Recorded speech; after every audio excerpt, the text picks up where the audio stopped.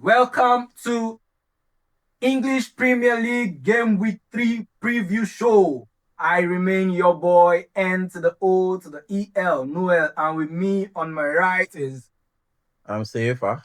and on the left, Diablo. Apesim Papa. This is the show where we get to break down all EPL games for you. Anything you want to know about English Premier League games this weekend, from Chelsea versus Fulham to Arsenal, Liverpool, and that dead club. That club we don't die. Manchester United versus Burnley. Now, yeah, you go hear am. So quick one, Safer, over to you. Chelsea, Fulham. Now you be the Chelsea fan for years.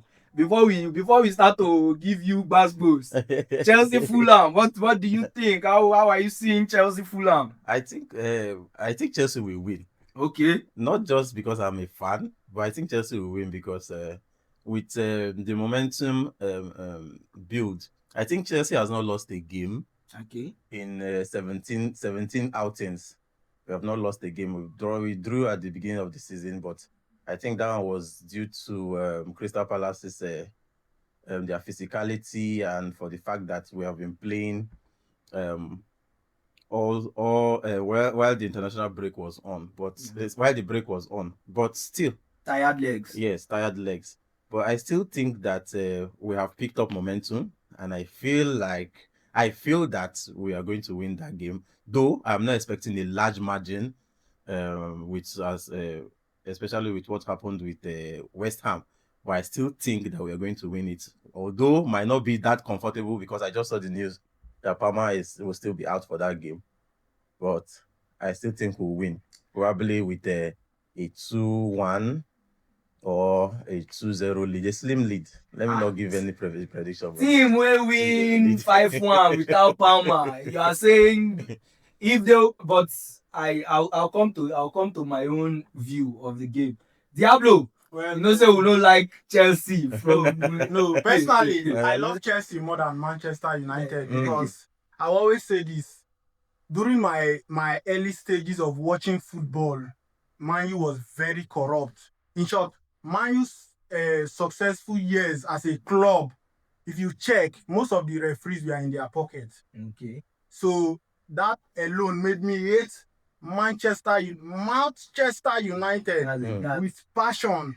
But this Chelsea game, I feel Chelsea have an edge. Okay. But due to early kickoff, we saw what Tottenham did to Man City last week, early kickoff. So we should be wary of this Fulham side with our Nigerian brother, Alex Iwobi and Calvin Bassey. And they are also trying to add Samuel Chukwueze from AC Milan. I think the deal is very close. Yes. Very close. Yes. So hopefully they can salvage a result with our Nigerian brothers. Okay. Over to you, Safer. Let's not forget that this is a West London derby. Okay. Chelsea Fulham is a West London derby. And as much as Chelsea have not lost games for a while, Fulham now one of those hard nuts to crack for EPL. Fulham they are one of, and they are going away. This is an easy game for them to just sit back, so-called pressure, and hit on the counter. You understand? And Chelsea not to get good defense like that. Chelsea no get good defense like that. Yes, Chelsea has picked up momentum, but I don't know whether now Chelsea pick up momentum or now West Ham be trash, because the three games West Ham don't play this season, from Sunderland to Chelsea to their Carabao Cup game against Wolves, you can see that the team is just a team that is out there to concede. But Fulham is a different ball game, and for that game being a London derby, it go hard. If I was to predict early kickoff too, I understand. If I go predict, now draw. Now you go predict. Yes. I still think Chelsea will win. If I go predict, I think Chelsea will win. I still imagine, yes. I know they are going to the defense from the last game after the first goal that Fulham West Ham scored. Let's not take anything away from West Ham. Yeah, I know that the goals that they conceded mostly was from defensive errors inside their box, set pieces. Yeah. Apart from that, they played a good game. I would say they played a good game. My opinion might not be every other person's opinion, but I opinion, watched yes. it and I saw that they played a good game. They were not as bad as they played against Sunderland. But I think Chelsea is going to grind out a result. That's why I'm saying there's home support. I understand the early kickoff, but I think Chelsea is going to grind out a result because the over-dependence on Palmer is no longer there. You know, the other time when Palmer doesn't score a goal, nobody scores a goal. Everybody is waiting for him to create. They're always passing the ball to Palmer. But if you watch the West Ham game, they were spreading the ball to everywhere. They were playing it to Estavo. They were playing it to João Pedro. They were just spreading the ball to the lap and everywhere, and then the goals were coming. But I feel like when Palmer is on the pitch, they are just focused on one direction. They're always looking to play the ball into Palmer. Play the ball into Palmer. Yes, Chelsea, and there's home advantage. I feel like at home, Chelsea will grant that result. I'm not saying the game will be easy because I know that it's a London game. It's not going to be easy, but Chelsea is going to win. Okay. Prediction. I'm predicting a slim result. Though. I think we are going to concede, but let me say 2-1. Diablo prediction: Chelsea, Fulham, 2-2. Okay. Me, I would want to shock Chelsea fans. I know you are going to. I don't concern me. Chelsea 1, Fulham 2. All right. They actually beat us last season. Fulham to win. Away to their home, I think they beat us 2-1. That was not an impossible result. Yeah, Chelsea 1, Fulham 2. Right, no problem. Chelsea 1, Fulham 2. Okay. That's for Chelsea versus Fulham. Seifa is predicting 2-1 to Chelsea. Diablo is predicting 2-2 draw. Me. Yeah, saying Chelsea will lose. Chelsea to lose. All right. 1-2. Yeah. Okay, Diablo, this one is over to you. No sentiments, no Liverpool. Why no sentiment? Fan. Why is there no sentiment? Common sentiment okay, because no, I want to ask him about Arsenal now. Make good sentiment at this time, so no problem. So be factual because when it comes to your own team, you can tend to fall to the sentiment and emotions. Be factual. Liverpool versus Arsenal. Arsenal has not won at Anfield for how many years? I think the last Arsenal won at Anfield, the goals were scored by Lukas Podolski and Santi Cazorla. You can tell how many years ago. So, Liverpool, Arsenal, Anfield. Waiting, you think? How you think this match will go? Thank you. Well, we all saw what Arsenal did last week at Old Trafford. So, this means it is not impossible. Because records are meant to be broken.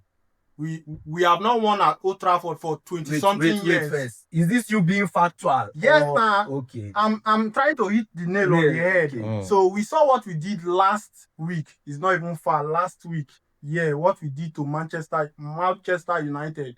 Correct me. So it is not impossible for us to win at Anfield because if you check Liverpool's game so far, yes, they've taken the lead, but they are also conceding. And in terms of defense, if you want to comparison defensively, I think Arsenal have an edge over Liverpool. You think Arsenal has an edge over every English Premier League? Defensively, we have an edge. No. Saliba, Gabriel, those two people are like rock, like casting. Like you know when you want to cast, they will tell you 4 wheelbarrow, but this one is 1 wheelbarrow, 1 bag of cement. So you know how solid Arsenal defense tends to be. So I don't see Arsenal losing that game. I'll just go for a 1-1 draw. A 1-1 draw. Yes. I don't see Arsenal losing the game. In the last 5 games between Liverpool and Arsenal, I know you said maybe the records are meant to be broken. But you know these things, you have to look at history too. In the last 5 games, Liverpool has had the edge. Liverpool have won 2, Arsenal won 1, and they drew 2 of them. Okay. The last 5 games. Now you guys are going to Anfield. Everybody knows that Anfield is a difficult place to go and play in. Yeah. Now, the defense, if we are going to look at the defense, Liverpool's defense, I don't trust them. I feel like they are going to concede. There's no way that, even when they play against small teams, it is evident that Liverpool, as the course of the game goes on, you will see that it is possible that Liverpool can concede more than 1 goal in a single match. I don't know why they have not worked on their defense. I think they should work on their defense. And then they are playing against a defensively solid Arsenal team. Nobody is going to take that away from Arsenal. Now, Arsenal has added Gyökeres. let's say we have seen one match, but he was superb in that match. Gyökeres against that shaky defense, they are going to concede. Okay. They are going to concede. But Liverpool is a team that will score. The first half, I think Liverpool is going to score because they are always coming out strong. It is after the first half that you will now start seeing all these problems that we are talking about. Can they hang on and win? I don't think they will win. I think it is going to be a draw too. I think it's going to be a draw. So I'm predicting. Let me not predict now, but I think it's going to be a draw. If you ask me to predict, I want to draw your attentions to something. Please. Arsenal has not lost a game against a big six team for 20 how many games? 22 games. 22. Is it 22 or 23? 22 games. Now, inside this 22, Liverpool, Anfield, follow. Maybe like 2 or 3 times if care is not taken. Yeah. Now, I think first of all, I think Arsenal will not lose at Anfield. I think Arsenal will not lose at Anfield. And I will be bold enough to say Arsenal will walk away from Anfield this time with a win. Yes, Arsenal will walk away from Anfield this time with a win because over the last few games, Arsenal at Anfield, they've had the opportunity to actually go back home with the win. But for one thing or the other, at the end of the day, draw. One thing or the other, at the end of the day, draw. This Arsenal team is matured. This Arsenal team is, see, they are more matured than that compact Arsenal you saw last season. The defense of Arsenal remains solid since 2022-2023 season, Gabriel Saliba partnership. Now it's even becoming, if you see that Timber, Calafiori, it's even like these solid. people don't want to see anybody. And Arsenal would always find a way to score you. Yeah, that's true. They will find a big set piece. And this time around, if Arsenal should score Liverpool first, if Arsenal should score Liverpool first, they should forget it. Yes, I think in the attacking phase of the game, Liverpool is probably one of the best teams in EPL. In the attacking phase of the game, are creating chances, are scoring goals. They just have a way of doing it. But again, it's a game between a very good attacking team and an Arsenal team that is defensively solid. That now has an attacking force of Eberechi Eze. I even forgot. And let's not even forget that Martinelli always has a good game against Liverpool. Yes. Now, is he going to play? He's going to play. How are you sure? Saka and Odegaard, they are out. He's going to play. Okay. Martinelli will play. Then Madueke is also looking to impress. Yes, with Bukayo Saka not available, and that their kekes that God. Percy, they go dribble Percy tire this weekend. Another thing I love about this present Arsenal is their ability to soak up pressure. Yes, they are mature. Like what we saw against Manchester United.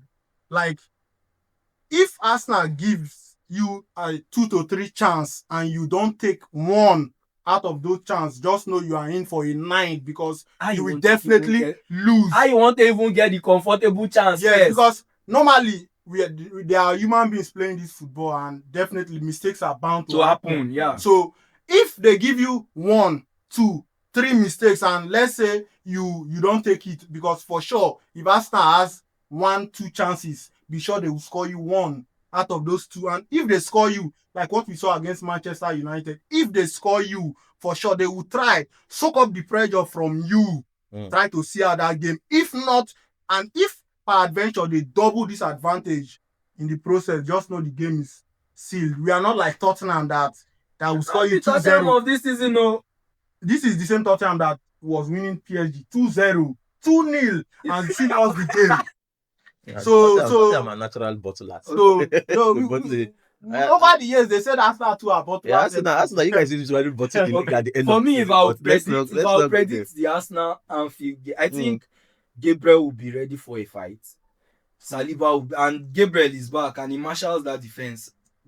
Arsenal over the years, what they've been doing is go and conquer the stadiums they were not conquering.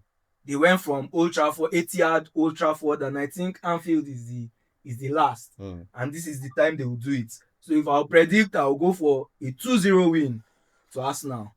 A 2-0 win to Arsenal. I think we will also see best. We will also see Declan Rice at his best At his because Odegaard going forward, we know he's good, but that's he needs assistance, and we have not seen much of Declan Rice because of the introduction of Zubimendi. Zubimendi has already been doing a lot much of of the what work. he was doing for us last season, interception and all that. So Declan Rice, I think now you just have to show us a bit of more potential attack wise. And So it's also a game to properly check Hugo Ekitike. yes, This is also a game to actually properly check Hugo I Ekitike think he and has see. not justified that price I tag think yet I think Ekitike, No, he's doing I well. think the difference in this Against game smaller is teams. going to be Gyökeres, Ekitike, and Arsenal defense. Yeah. I think that is where the game will be won and lost. Ekitike is not a traditional 9. I watched his game and always he's moving. drifting. Yes. He's not going to have a fight against, let's say, Gabriel, and then that's what the fight is going to be about. Or he's going to have a fight against Saliba. He will be roaming around that Arsenal back line looking for where the weakness is. That is how he plays his football. He drops deep, he goes to the side, he goes to this other side. So, and then he's a new striker. He's a new striker, so he's not a striker that has played against these people before. Understand very much. So a lot of defenders have not understood him yet, unlike the Haaland and the others we do. Yeah. And another thing is this thing you just said. Arsenal's defense, they tend to have that two partnership. They tend to have a problem when they play a striker that plays like this. Okay. Because I remember Arsenal versus Newcastle, how Isak was causing Saliba problems. So they tend to have problem with defending a striker that is not. If now Haaland, saying they did, exactly. They move. But this guy does not stay at a fixed spot. So I think it's a game for him to prove us wrong. That okay, now I did it the first game, but those were not. This is the game. Yes. This is the game. Ekitike needs to arrive. Exactly. That is where Arsenal midfield needs to work, because if you cut short the supply to Ekitike, I don't think we should have any problem defending against him, because I don't see him as that fast type, because over the years I have studied this Arsenal defense. Attacker that seems to give this defense an issue is an attacker with pace. And I don't see Ekitike with that kind of pace to trouble Saliba. But over the years, we know Salah is good at creating chances. So hopefully the defense might do it, but I don't see personally. I don't see Arsenal losing this game. It's a game for Ekitike to show us that yes, I am Ekitike and I have arrived. For me, this is the game. But I do not expect him to. For some reason, I feel positive.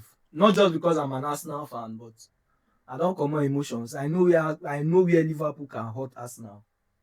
Salah is somebody that if you give him the slightest opportunity, he's still alive to the end of the game. Yes. Now -1, no, he may not be doing anything throughout the game, any serious thing, but you give him the slightest opportunity. Because of that perfection, he now understands how to. One opportunity, one goal. I know that. So, but I think this is the time. Arsenal has done it. Arsenal before now, the idea was this is a weak team, no bones. They've done it at every stadium. Every stadium, and this is the last stadium. Maybe it's Anfield that is standing between Arsenal and the EPL title. Because the last season, it was Liverpool and West Ham. So maybe it's Anfield. It was still Anfield. So maybe it's this particular Anfield. So there's a chance for them now to get over the line at Anfield and show us that yes, we are ready for EPL this season. Lastly, I still think that Arsenal, for the past since the season started, I think that Arsenal has the most momentum. In terms of balance. We have a point to prove. Over how many seconds? Are we not tired? We are tired. I feel like you guys have the momentum. So if there's a team that is going to win out of Liverpool and Arsenal could be the team to win. But I think going to Anfield is going to be a draw. Okay. I'm predicting 0-2 to Arsenal. A 1-1 draw. 1-1 draw. 0-2 to Arsenal. I don't even yet. I don't even yet. Sentimental I projection. don't even want to hear draw. Let them go win and get out. No wahala. Manchester. Ruben, come on. Why you dey laugh now? Manchester United Why you dey laugh? versus. See, I have lost. I don't know where to start to talk about this club from. So maybe I go first listen to Ona. Not at all. Man you dey fuck up. Before I know Man wetin to talk about this club. Man U is Manchester United, the Red Devils, the only devils we have in the EPL. it's quite disheartening as a football fan. Nobody like say I know they happy, and they happy. But it's quite disheartening to see the level to which Manchester United has dropped. Manchester United, although people say during Sir Alex's time, say na rob, then they rob, Yes, this is scam, then they scam. But that team was a team that Man U would fight, even if they are winning 5-0, they are still ready to score. Yes. They are still fighting on all You'll fronts. be winning Man U 2-0, 88th minute. You are not safe. You cannot be sure that So long as I would read with the coach. you cannot be sure that for that you will go out of that stadium with a draw. Talk more of a win. And you are leading 2-0. I'm telling you, at 80th minute. look at how far Man U have fallen up to the level that Man U they trail Grisby 2-0 by halftime. How have they managed to see? Man U makes good players look bad. They make good coaches look bad. Same way Where is the problem? They made me thank Then is they have not a good coach. So when he was at Ajax, he was playing a good team. I think that the structure of Man U, something is wrong somewhere. But nobody can actually pinpoint if it's actually the players that when they get to Man U, maybe they don't go see one or two things. We make them no one play to their full strength, or now the fans they demoralize the players. We make them no one perform anymore. But no matter, see Sesko, you watch that game against the no one even take penalty. You can see from his body language, you know that something is wrong. See Amorim today, the grant interview say sometimes he won't resign, sometimes he don't want. A double-minded man, where go this? Say sometimes unstable in all his I'm telling you the truth. The team is unstable. He says sometimes it be like making resign. Sometimes it be like making stay for 20 years. How can you not be decided? If you check, and this same coach is giving useless interviews. He's saying that he's not sure that Man U can play in Europe. He's not sure that Man U can compete for the Premiership. When you are saying this is out of your mouth, look at what happened to Chelsea when Maresca said the team are not title contenders. You don't see as them begin crash. So I don't understand what is happening in Man U, but I know that something is fundamentally wrong. From the foundation, something is wrong. Because this don't be the Man U. Although it is giving us joy, it will give me joy. When Man U fans they cry, I am happy. But still, as a football fan, I want to see that competition. You know, say those days, excuse me, the day if your team win, your team don't win flat. This one they go say, hey, you know, say we know good this time. Now you know, say we know that. I want everybody to play to their full strength. But Man U, in fact, this Burnley game, you don't be surprised. Man U will lose. No, Man U is home. They are home. They are home. So because of home, the one way they play for home, the last time. I feel this present coaches now, they lost that touch. Like if you compare the coach, like the era of Arsene Wenger, Alex Ferguson, you hardly see these coaches come outside to publicly criticize player, and that alone it kills the morale of the player. Yes. If you check this present coach, like Amorim, he does that every time. Ten Hag too was doing it. It's like it's a knob in Arsenal for to be doing stuff. Man United.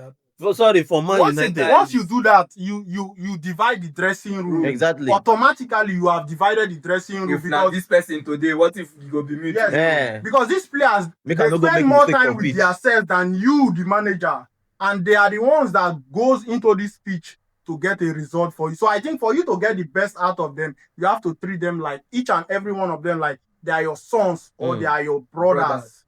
This is where I feel many of these coaches are wrong these days, because if you find out some of them don't even have successful playing careers, like Amorim himself, I mean, he retired at what, 29? What team did he play? I don't even know He the played. team. He played with the current Wolverhampton coach Nuno Mm. Espirito. Okay. They played together. They played at Sporting, I think at Boa Vista. That was, yes. They played at Boa Vista, and many of them. He retired at 29, if I'm not mistaken. Mm. 29. He was a Portuguese He wa- national team Yes. player. Yes, he was a. That is notwithstanding anything, but some of these coaches don't even understand the pressure these players face Exactly. inside this pitch, because they did not even They did not the get great to that Jose level. Mourinho himself. Mm. Mourinho never had a successful playing career. He did not. He retired at 24 due to knee injury, abi what? But thank God he was successful as a manager. He didn't even play at the highest level. Yes, he didn't play. So many of these coaches don't understand the pressure that comes with this, because they never got to this point. Because some of them they felt that football is not for me. Let me try coaching. Which is what I think Amorim did, because he was still a player before he got his coaching license. So when he got his coaching license, that was when he decided to retire as a professional footballer. Yeah. So he himself will not understand the pressure that these players say. That is why I feel whenever anything happens, you come out publicly and blame criticize players and all that kind of stuff. It is very easy to throw blame at somebody, but correcting your mistakes. You as a manager, you know that when these players they don't get result, you are the number one person that will face the heat. And if you want to get the best out of these players, you have to treat them exactly. well, protect them. And that was see what happened with Pochettino when he was at Chelsea. Most of the players loved him because he was protecting them. Yes. Anything that happens, he'll be like, I am at fault. Well, we don't see it with most coaches there, and it happen predominantly in the Man U. Ten Hag do the same thing. Yeah. We just talk about Mourinho. He do the same thing. He throw the players under the bus. This player this player that. They did the same thing with Rashford. Rashford at one point. Rashford that was the bone of the backbone of Man U. Yes. Suddenly, Rashford is not playing anything anymore. Why? Because he started facing criticism from his coach. In fact, that Ten Hag era, I be like, Rashford be the villain. Yes. It was like he was the cause of everything. And then when you begin to talk like this, some fans are very emotional. When you don't talk once, twice, them too, they will not start putting pressure on the player. Before you know, you don't want to play for the team again. So Man U's problem, like we said, very fundamental. Now ground the day. And except they tackle that problem, that is how this Man U will keep going in circles, and they will not get to where they are supposed to go. Can you imagine Man U? I felt like after Cunha and Mbemo came on, I felt like Man U would be a force. Because Cunha and Mbemo last season, not be all of us, our FPL, not be then they help us. But look at it. A whole Cunha and Mbemo could not perform. 20 goals last season, O'Brien and Mbemo. I'm telling you the truth. But now they cannot perform. Man U Burnley. See, if I must share any light on, I'll hit it from a different angle. Man U's problem. Man U is a traditional club, and with the thing with traditional clubs like Man U, Liverpool, Arsenal, these clubs that have great history is they have deep-rooted fan base, and for you to succeed in any of these clubs, you must be able to marry the emotions of the fans and your team. Your team and your fans must meet at a point where, of course, not every fan would like you. Not every fan would be able to say, I'm in support, I like this manager, or whatever this manager is building is. But when you have the bulk of your fan base behind the team, you will do well. Man U made a mistake when they had Michael Carrick and they did not let him continue. Exactly. Because for a team that is rebuilding, I felt Carrick was the person that had that personality that could marry the fans and the players. Because he has been there for long. Exactly. He had that personality. That is what Arsenal got right with Arteta. They brought Arteta in, somebody that understood. How about Chelsea? Lampard and Chelsea. No, wait. Well, I will get you. Thank you. Yes, I will get to that part. Right. Arsenal brought Arteta in, and immediately Arteta came in, he knew that this was a traditional club. He understood the Arsenal way of doing things. One of the first things he tried to do was connect the team with its fan base. Arsenal made crazy moves then that you will look and say, why is Saka, you dey give Saka number 7, you dey give Emil Smith-Rowe number 10. Those jersey numbers, Eddie Nketiah number 14. Those things were things that myself as at then, and why you go dey give this guy? But we did not see the huge impact it was having on the fan base. These were London boys, Highland boys. It was connecting the team and its community. So this Ten Hag, Mourinho, Ruben Amorim, I feel they did not understand that they had to connect their teams first with the 12th man, which is the fan base. Have them on at least 70% of the Arteta now. As much as we would like to say he has been building for years, you see that the Arsenal fan base, they are still, defense, this one, that one, this player, Saka, Bukayo Saka, this. Because he built that team spirit. He connected the team back to its. I know Arsenal before now. Arsenal Emirates Stadium, it can be very quiet. There was no soul. You will come Emirates Stadium, you will be away team. Now na small pass, now na noise, loud pass. The Arsenal fans. The home fans. And another team. But now it's not like that. So these coaches, aside hammering on players and Rashford, that is the Rashford. Okay, look at Rashford. Rashford, that is a Manchester boy. He has a huge connection in the community. You think you will gonna have problem with that person, and one or two persons will not be disgruntled? Yes, exactly. They will be disgruntled, and now waiting I just see for Man U. That is one of the things I'm seeing in Man U.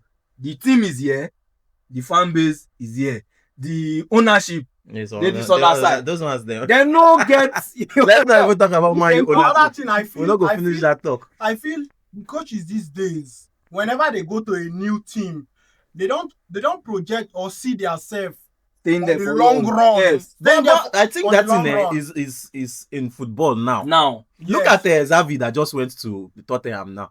He was waiting for Chelsea for how long? Xavi Simons. Yeah, and then suddenly look at the statement that he's giving at Tottenham.